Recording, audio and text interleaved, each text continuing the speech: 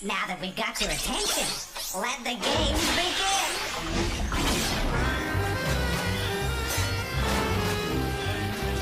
Game card disassembling. Greetings. Game loading. Mind your fingers.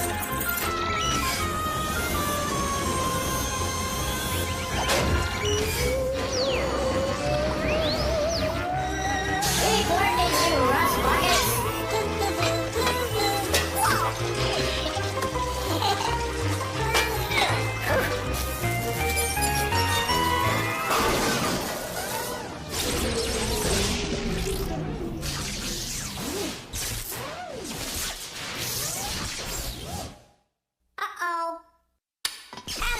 Great!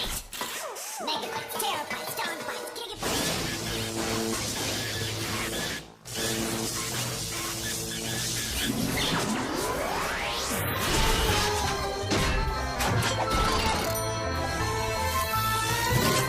First game up, Haunted House Party.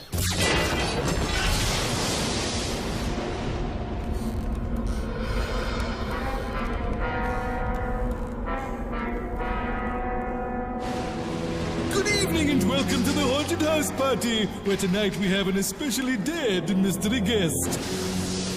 As always, it will be up to you to appraise the clues and hypothesize just who our mystery guest is.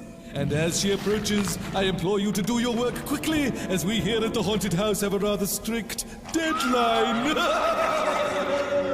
Good evening, my fellow travelers. May I take your aviator's cap, madame? Thank you, no. I can never be too sure when I have to take off. Besides, my hair is a mess. Excuse me, but I didn't see your car outside. That's because I didn't drive here. I flew. In a plane? No, on a broom. Of course, in a plane. Sorry, I've just never met a female pilot. You must have been quite a role model for women in your time. Well, now, I don't like to blow my own horn, but I was a strong crusader for total equality and opportunities for women in the 20s and 30s. In fact, I was the first woman to fly across the Atlantic. Atlantic City? Ocean. Atlantic Ocean. And I was the first person, man or woman, to fly across the Atlantic Ocean twice. I had to. I forgot to turn off the stove. Wasn't that boring? At times. So for a change, I gave the Pacific a shot and became the first person to fly from Hawaii to the U.S. mainland. Did you fly back? To Hawaii? Who can afford it? What was your longest flight? Well, besides getting here, I would say it was my attempt to fly around the world. Oh, that must have been exciting. Well, it would have been, except for one thing. I never made it, and no one ever heard from me again. To this day, it's one of history's greatest mysteries. All anyone knows for sure is that I was— Hold it one moment, young lady. Our friends at home get first crack at digging up your identity. Here are the harrowing clues. She was a pilot, the first woman to fly across the Atlantic Ocean and Hawaii to the U.S. She was an advocate for women's rights and was also the first person to fly across the Atlantic twice. Unfortunately, she was lost when attempting a round-the-world flight. The mysterious mystery guest is— Amelia Earhart, history's first great female pilot. And I could have been a great pilot too, if it weren't for the fact that I'm afraid to fly.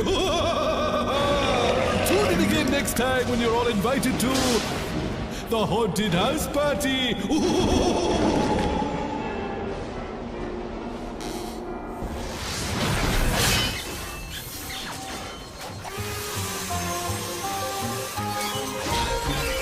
Next game coming up. Greetings.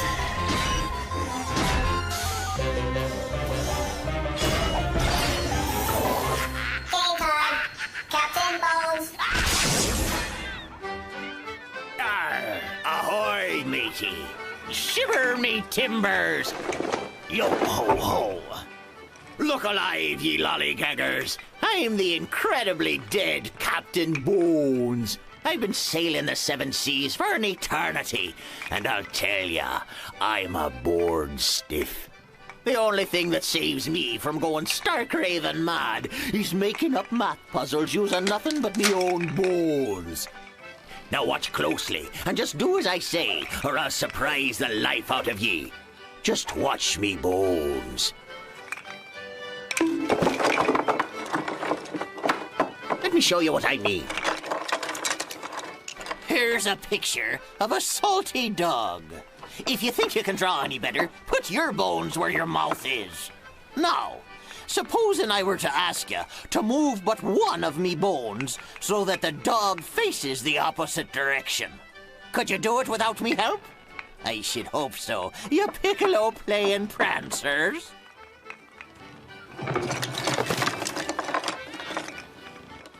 There she blows! You see? There weren't nothing to it.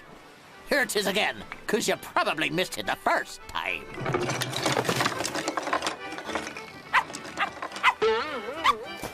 Now, don't be thinking this is gonna be a pleasure cruise, you shrinking violets. You're to puzzle this one out without me help. But first, let me shovel up me bones.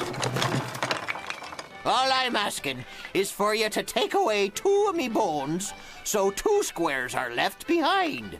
Now, get to work before I tie you to the yardarm. Where is it? Yo-ho-ho, the bottle. Anything to get me out of here. All right, here's a clue for you, you petticoat-wearing sallies.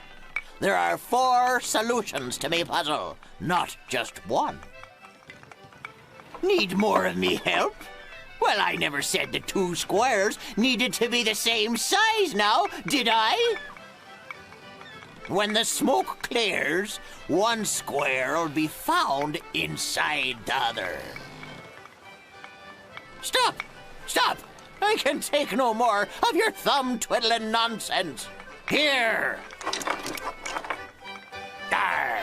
The answer was staring you right in the face, you patty cake playing owners of wee small chihuahuas. Let me show you again. Maybe next time I'll ask you to do something easier, like tie your shoes. After all, I wouldn't want to hurt your feelings, little Miss Sensitive. Arr!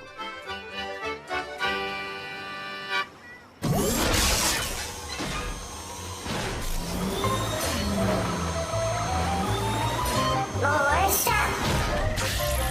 Work, work, work. Game time in 10 seconds.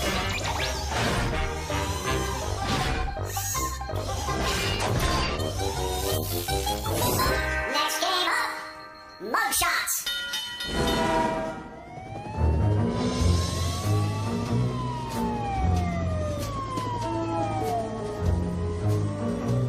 My name's Verity. I bust bad guys. You want to help? Come on in. We got 4 suspects pinned down. 3 of them are guilty. Listen to their stories and spot the mistakes. The ones that lie did the crime. Today we're interviewing the Peoria Petunias semi-pro baseball team. Seems 3 of them stole some nickels from the bat boy yesterday. Remember, only one of these mugs is telling the truth. The other 3 are lying. First to bat, Beanball Baloo. I was home all day yesterday, reading a book about the first Russians to land on the moon. What do you think? Have the Russians landed on the moon? Let's move on to the pitcher, Spitter Sykes. I'm innocent, I swear it. I was serving some Great Lakes saltwater taffy to some friends.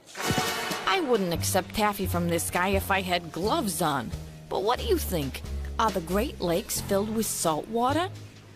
Now it's Lumberjack Lang's turn to swing. Sing. You're pitching to the wrong slugger, Verity. I wasn't even in town yesterday. I was visiting my sick grandmother in Tallahassee. That's Tallahassee, Florida, the state capital. Tallahassee's the capital of Florida, eh? Finally, there's Edgardo Polonia, the Petunias manager. It wasn't me, Verity. I was caught up in trade talks yesterday. My neck's still stiff from using the telephone all day. You know, that thing invented by Edison? Is Polonia full of bologna? You tell me. Did Edison invent the telephone? Well, just like I figured, each criminal all but confessed. Did you spot the mistakes? I was reading about the first Russians to land on the moon. I hope they've got better books in prison, 'cause that's where Baloo's heading. No Russians have been to the moon. I was serving some Great Lakes saltwater taffy to some friends. Sykes was stretching the truth a bit too far with that taffy story. The Great Lakes are freshwater lakes, not saltwater. The telephone? You know, that thing invented by Edison? I hope he's still got that phone, 'cause he's gonna have to use it to call his lawyer. Edison didn't invent the telephone. Alexander Graham Bell did. I was in Tallahassee visiting my sick grandma. That's Tallahassee, Florida, the state capital. Lumberjack's smarter than he looks. Tallahassee is the capital of Florida. His grandma should be proud. And about 6'6" by the look of things.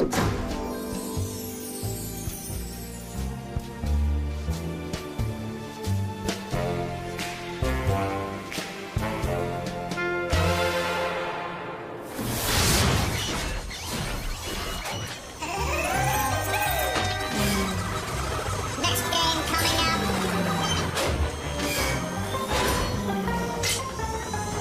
Game cartridge loading. Check.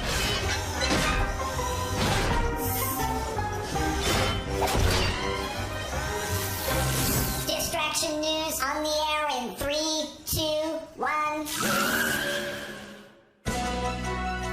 And now, Distraction News with your anchor person, Dora Smarmy. Good evening. I'm Doris Marmy, and welcome to Distraction News, where we give you the news and then ask you 5 questions about what we've just reported. So make sure you're not distracted. Now, for our top story today, submarines. A submarine is a ship that travels underwater. They are tube-shaped so that they can move swiftly through the water. Early subs had to surface every few hours to get air for the crew and for the engines. Modern subs can produce air by using electricity to get oxygen from seawater. When the crew wants to make the submarine dive, the ballast tanks at the rear and the front are flooded with seawater, giving the sub weight and allowing it to sink. Then, the diving fins are tilted down. To resurface quickly, the tanks are flushed out with compressed air. To climb slowly, the diving fins are tilted upwards and the sub glides towards the surface. Submarines have a very strong shell to keep from being crushed by underwater pressure. The hull is often made of steel or titanium. Some U.S. subs will patrol for 60 days at a time, sometimes never even surfacing. Okay, so man your periscopes and let's see how well you were able to remember the facts. Why are submarines tube-shaped? To move swiftly through water, because sailors love cigars, or it's a pretty shape? The answer is to move swiftly through water. Modern subs get oxygen from where? Trees grown inside the sub? Seawater? Or a really big snorkel? The answer is seawater.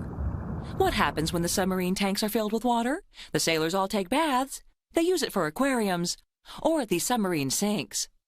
The answer is the submarine sinks. When the tanks are flushed out quickly, the sub does what? Explodes, makes a gassy sound like your Uncle Charlie, or resurfaces quickly. The correct answer is resurfaces quickly.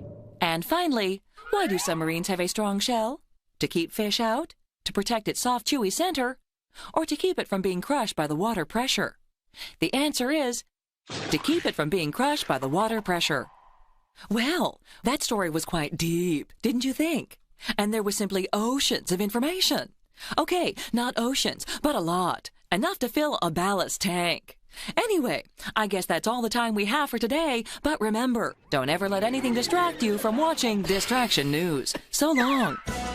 This has been Distraction News with your favorite cardboard cutout anchor person, Dora Smarmy.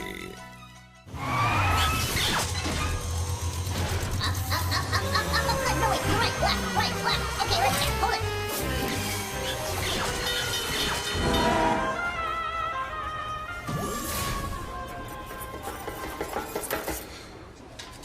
Excuse me.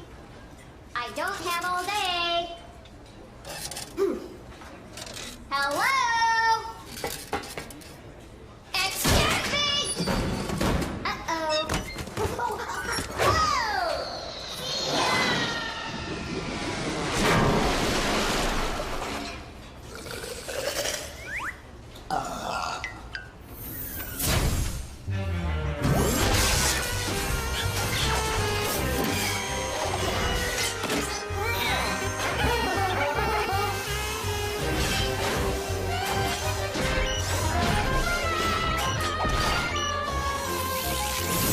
Hey, folks, this game is edible.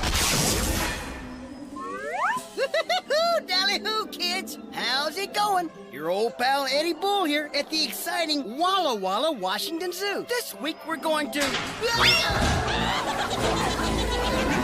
Bull, he's edible. He really is incredible. He's simply the best of the bunch. There's simply no disguising that he's so appetizing that we want him for our lunch.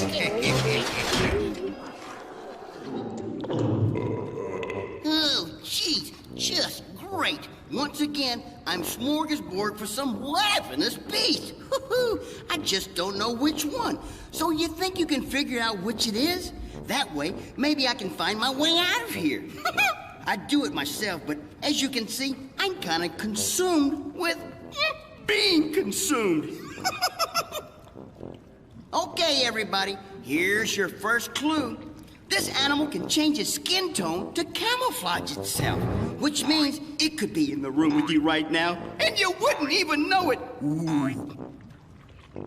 Okay, although it can be large, it has no backbone or skeleton, which means it can squeeze through tiny holes. So if I were you, I'd keep my ears covered.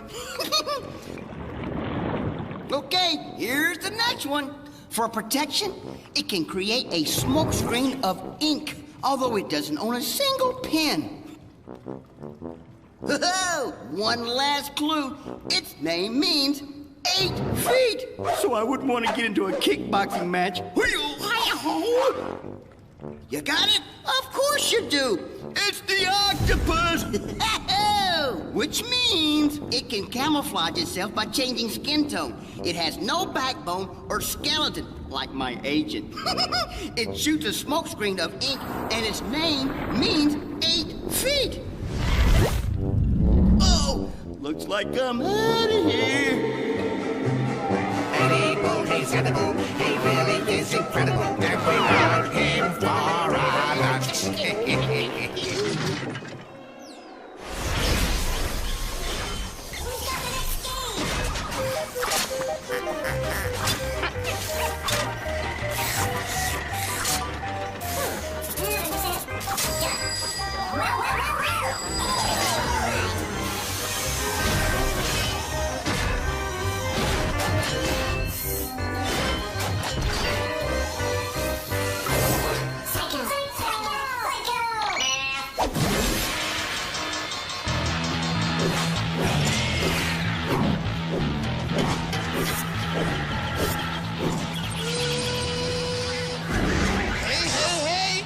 Professor Rocket, and it's time to put your calculation cap on and play Psycho Math. Whoa, yeah! I know I'm insane in the membrane. Okay, here's how Psycho Math works. I'm gonna show you equations, but I'll be using pictures and things, and you got to figure out what they stand for. Then you just have to do the math. Now let's start with the number of years in a millennium. Then add it to the number of legs on a flamingo. Now you divide it by the number of states that don't touch any other states. You got the answer? Okay, you take the 1,000 years in a millennium plus the 2 legs on a flamingo. And then divide it by the 2 states, Hawaii and Alaska, that don't touch any other state? And the answer is 501. That's 501. That's one mighty fine number. Hang on, because another one is coming at you. How many horns does a rhinoceros have? Plus the number that Independence Day falls on. Then take away the number of senses that humans have. Of course, I am not counting ESP. Now, what does it equal? Okay, the rhinoceros only has one horn. Plus 4 is the number of the 4th of July. Minus the 5 senses. See, smell, taste, touch, hear, equals 0. That's C-E-R-O. That number has no magnitude or quantity. But I love it anyway. Okay, one more, because Prop Rocket's only one man. How many days are in 2 weeks? Then subtract the number of horns a Triceratops has. Minus the number of holes in a standard bowling ball. Now, I know you can do it. Your time's up. There are 14 days in 2 weeks. Minus 3 horns on a Triceratops. Minus 3 holes in a bowling ball. Equals 8. You got it. 8. You are great. You get it right? I know you did. Okay, that's it. I'm done with you. Professor Rocket is exhausted and has had his head exploded all night long. But that doesn't mean I won't be back, because I love Psycho Math. Professor Rocket's out of here. That was cool. Let's play another.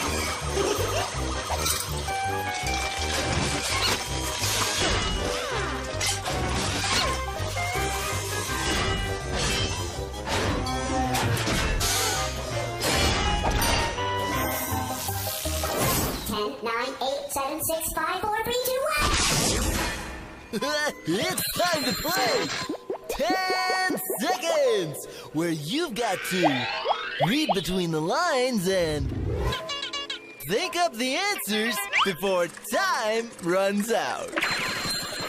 So now you know how to play. You're on your own. You got 10 seconds.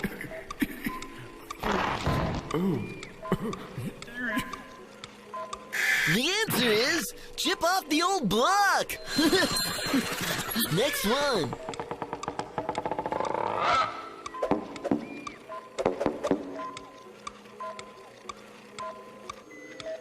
The answer is going online.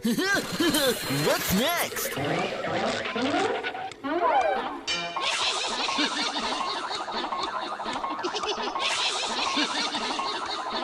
The answer is many happy returns. You got 10 more seconds to get the next one.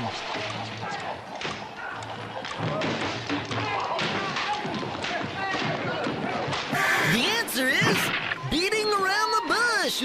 Don't hit me. Next one.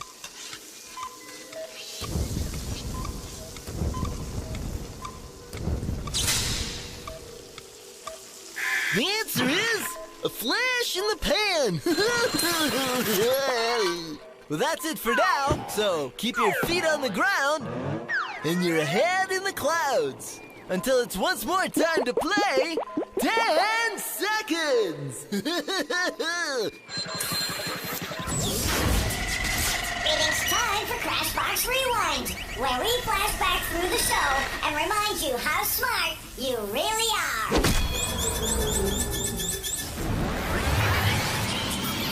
Your time's up. There are 14 days in 2 weeks. Minus 3 horns on a Triceratops. Minus 3 holes in a bowling ball. Equals 8.